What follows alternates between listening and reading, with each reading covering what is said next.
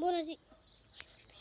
Bună ziua, eu sunt Andrei și azi vom filma primul nostru episod de Clash of Clans.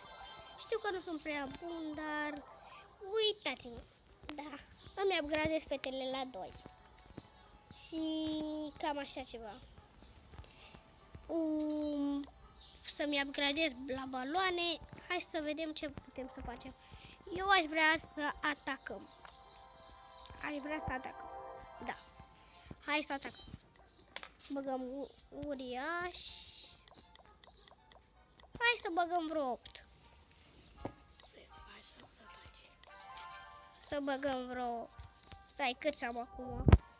6. Să-ți faci uriașii sau să ataci cu ei? Să atac cu ei. Adică ai uriașii făcuți? Am sau... doar 6. Și mai trebuie. Da, hai să mai punem câțiva uriași și să atacăm. Dacă putem.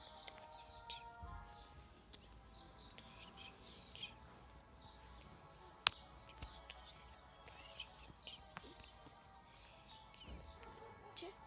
Mai trebuie 4 uriași să facem. Cât uriaș unul l-a făcut?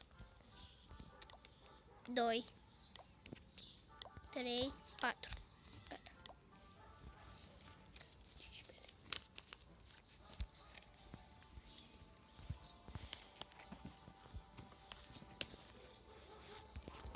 Da, știu că sunt prea tăcut, dar na.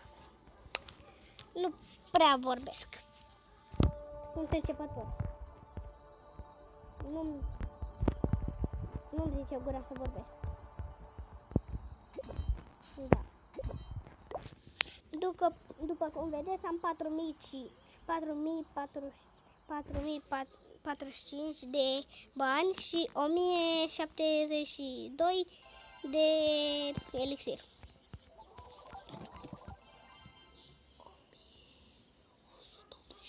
Pentru că am mai luat acum elixir.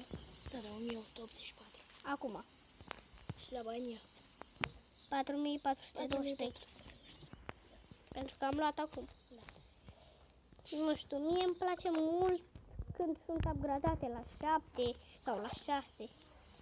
Eu acum, după cum vedeți, mi-am upgradat ăsta de elixir să-ți facă la 7 și ăsta la 7, care face bani și elixir. Da.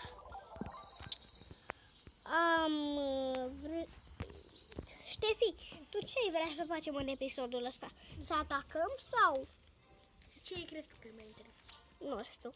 Să vorbim. N-a să vorbim. Să atacăm. Bine. Hai. Mai e 3 oameni. Și aveam 36 de emeralde, dar mi le-am consumat. Pe ăsta. De ce asta? Mi-am upgradat chestii. Ce chestii?